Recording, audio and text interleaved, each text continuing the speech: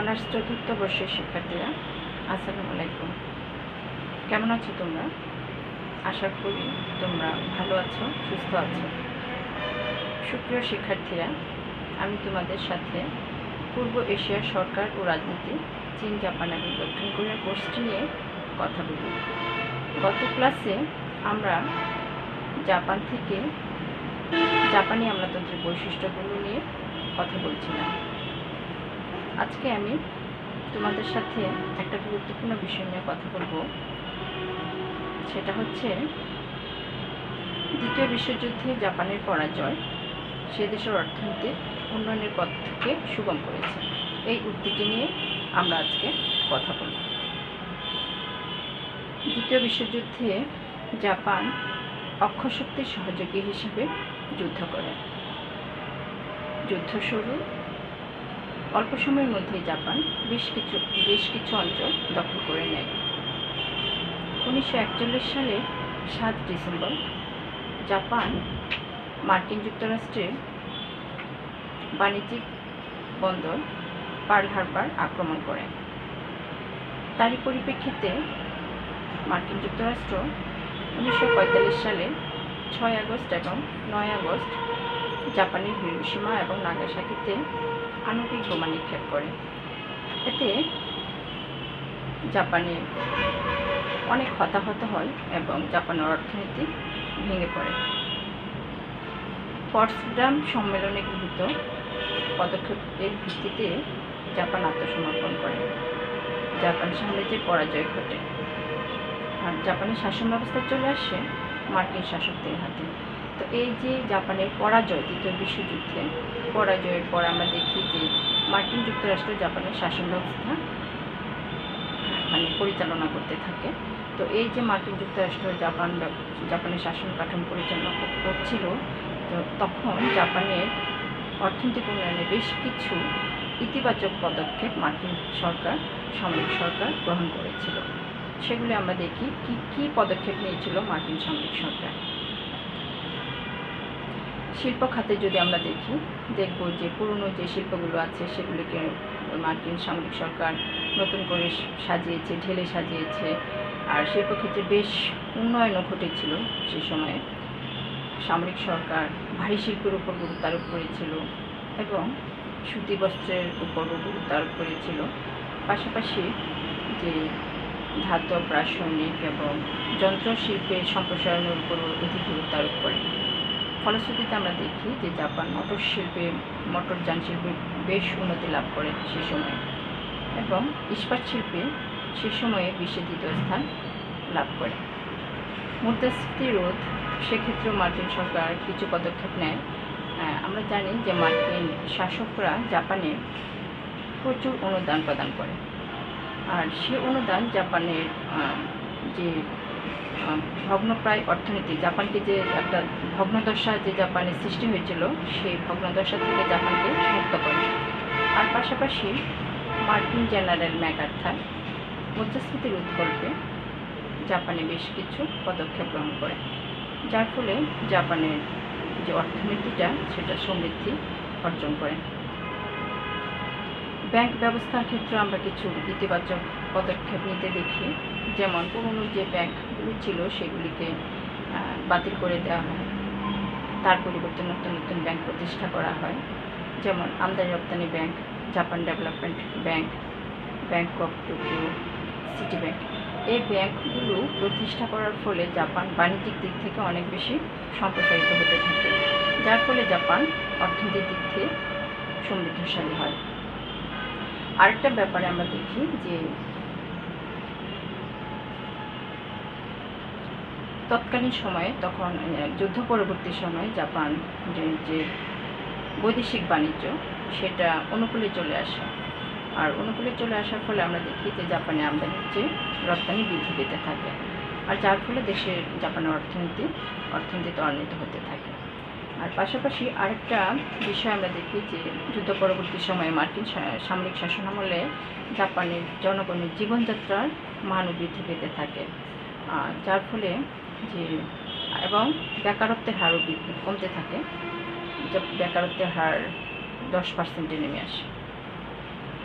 আরেকটা বিষয় আমরা দেখি যে বাজার সম্প্রসারণের দিক থেকেও মার্কিন মানে যে সামরিক সরকার জাপানের পদক্ষেপ নিয়েছিল, যে জাপানের অত্যন্ত দক্ষতার সাথে এবং স্বল্প মূল্যে যে ভারী এবং ইলেকট্রনিক্স যে শিল্পগুলো আছে সেগুলো বিদেশে প্রচুর পরিমাণে রপ্তানি করতে থাকে, যার ফলে জাপানি বাজার সম্প্রসারিত হতে থাকে এবং এর ফলে জাপানের অর্থনৈতিক অবস্থা মানে সমৃদ্ধশালী হয়। আর আরেকটা বিষয় আমরা দেখি যে প্রযুক্তির দিক থেকে আমরা জানি জাপান প্রযুক্তির দিক থেকে অনেক উন্নত এবং জাপানি প্রযুক্তির বিদেশে অনেক কদর রয়েছে। বিশ্বের বিভিন্ন দেশে জাপানি প্রযুক্তি রপ্তানি করা হয়। বিশেষ করে জাপানের স্বল্পোন্নত দেশগুলো জাপানের প্রযুক্তির সাথে নিজস্ব প্রাকৃতিক সম্পদের ব্যবহার করে অনুন্নত দেশগুলো অর্থনৈতিক দিক থেকে লাভবান হচ্ছে। আর পাশাপাশি প্রযুক্তি যে বিনিময় করার ফলে জাপানিরা প্রচুর পরিমাণ বৈদেশিক মুদ্রা অর্জন করতে সক্ষম হচ্ছে এবং তারা আর্থিকভাবে লাভবান হচ্ছে। আর আরেকটা বিষয় যে আমরা দেখি যে পূর্বে জাপানের যে ছিল যে জাপানের অভিজাত শ্রেণীর হাতে জাপানের যে ভূমির মালিকানা সেটা ন্যস্ত ছিল এবং অভিজাত শ্রেণী কৃষকদের কাছ থেকে কড়া হারে খাজনা আদায় করত। কিন্তু মার্কিন সামরিক সরকার সে দেশে ভূমি সংস্কারের একটা পদক্ষেপ নেয়। আর নতুন নীতি অনুযায়ী যে কৃষকদেরকে তাদের যে জমির মালিকানা সেটা প্রদান করা হয় এবং খাজনার পরিমাণও অর্ধেকে নামিয়ে আনা হয়, যার ফলে কৃষকরা উপকৃত হয় এবং দেশ অর্থনৈতিকভাবে সমৃদ্ধ হয়। আরেকটা পদক্ষেপ নিচ্ছিল মার্কিন সামরিক সরকার যে জাপানের যে সামরিক খাতে ব্যয়টা কমিয়ে নিয়েছিল, কারণ 1947 সালে সংবিধান এবং জাপান শান্তি চুক্তি অনুযায়ী জাপানে যে ধ্বংসাত্মক যে সামরিক স্থাপনা ওইগুলি স্থাপন করা নিষেধ ছিল, যার ফলে জাপানের সামরিক খাতে তেমন একটা ব্যয় করা হতো না, ব্যয় কমিয়ে দেওয়া হয়েছিল। এতে করে যে অর্থটা মানে সেভ হতো সেটা জাপানিরা ইনভেস্ট করতো অন্যান্য খাতে, বাণিজ্যিক দিক থেকে অথবা অর্থনৈতিক খাতে ইনভেস্ট করতো, যার ফলে অর্থনৈতিক দিকে আমরা দেখি জাপান অনেক সমৃদ্ধি নিয়ে আসে। ভূরাজনীতিগত ব্যাপার এখানে কাজ করে। ভূরাজনীতিগত কারণেও মার্কিন যুক্তরাষ্ট্র জাপানকে অর্থনৈতিক দিক থেকে সমৃদ্ধশালী করতে চেষ্টা করেছিল, কারণ যে চীন এবং রাশিয়া এবং পূর্ব ইউরোপের দেশগুলিতে তখন সাম্যবাদী চেতনা ব্যাপক আকারে শুরু হয় এবং স্নায়ুযুদ্ধ শুরু হয়, যার ফলে মার্কিন যুক্তরাষ্ট্র ভেবেছিল জাপানকে যদি অর্থনৈতিকভাবে সমৃদ্ধ করা না হয় তাহলে জাপান অকুপেশন পেশা সে পদটা ত্যাগ করবে, যার ফলে মার্কিন যুক্তরাষ্ট্রের লস হয়ে যাবে, কারণ রাশিয়া তাতে অধিক প্রভাবশালী হয়ে পড়বে। আরেকটা বিষয় আমরা দেখি যে সরকারের যে পদক্ষেপ সরকার যেমন আমরা দেখি মেইজি শাসন আমলে জাপানে যে অর্থনৈতিক যে বুনিয়াদ গ্রহণ সৃষ্টি করেছিল সেটা পরবর্তী সরকারগুলো সেটা ধরে রাখার চেষ্টা করেছে, যার ফলে জাপানে 1953 সালের মধ্যেই জাপান আমরা দেখি অর্থনৈতিক দিক থেকে যে জাপান পূর্বের অবস্থানে ফিরে আসে এবং জাপানের জনগণের প্রবৃদ্ধি 9 থেকে 11% উন্নীত হয়। কৃষিক্ষেত্রেও মার্কিন সরকার জাপানের কৃষিক্ষেত্রে উন্নয়ন ঘটিয়েছিল। যে আমরা দেখি যে জাপানের জনগণ যুদ্ধের ভয়াবহতা ভুলে গিয়ে আপামর জনসাধারণ কৃষিক্ষেত্রে নিজেদেরকে আত্মনিয়োগ করে এবং কৃষিক্ষেত্রে বিভিন্ন সুবিধা প্রদান করা হয়, কৃষকদেরকে ফিরিয়ে দেওয়া হয়, খাজনার পরিমাণ কমিয়ে আনা হয় এবং কৃষিক্ষেত্রে আধুনিক প্রযুক্তি ব্যবহার করা হয়, যার ফলে আধুনিক প্রযুক্তি ব্যবহারের ফলে আমরা দেখি যে 1947 থেকে 1952 সালের মধ্যে জাপানের যে কৃষি ব্যবস্থায় যে উৎপাদন সেটা দ্বিগুণ হয়। তো আমরা দেখি যে যুদ্ধ পরবর্তী সময়ে জাপানের এই যে অর্থনৈতিক উন্নয়ন, এই অর্থনৈতিক উন্নয়নে মার্কিন যুক্তরাষ্ট্রের ভূমিকা অনস্বীকার্য, কারণ মার্কিন যুক্তরাষ্ট্র বিভিন্ন অনুদান বিভিন্ন সময়ে জাপানকে প্রদান করেছিল।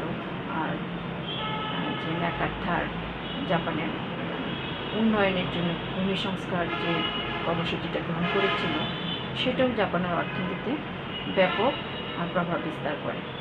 আর পাশাপাশি স্নায়ুযুদ্ধর যে পরিবেশটা বিরাজ করছিল তখনকার সময়, সে কারণেও মার্কিন যুক্তরাষ্ট্র জাপানকে অর্থনৈতিকভাবে শক্তিশালীকরণের জন্য বিভিন্ন পদক্ষেপ গ্রহণ করেছিল। তো এই যে আমরা দেখি যে দ্বিতীয় বিশ্বযুদ্ধে জাপানের পরাজয় হয়, আমরা সবাই জানি। তো জাপানের পরাজয়ের ফলে মার্কিন সামরিক সরকার জাপানের শাসন ব্যবস্থা গ্রহণ করে। আর গ্রহণ করার পরেই দেখি যে মার্কিন সরকার জাপানের উন্নয়নে ইতিবাচক বিভিন্ন পদক্ষেপ গ্রহণ করে। সুতরাং আমরা বলতে পারি, আমরা যে উক্তিটা প্রথমে বললাম যে দ্বিতীয় বিশ্বযুদ্ধে জাপানের পরাজয় দেশটির অর্থনৈতিক উন্নয়নে সুফল বয়ে নিয়েছিল। এই যে উক্তিটা, এটাকে আমরা যথার্থ বলতে পারি। তো শিক্ষার্থীরা, এই ছিল আমাদের আজকের টপিক।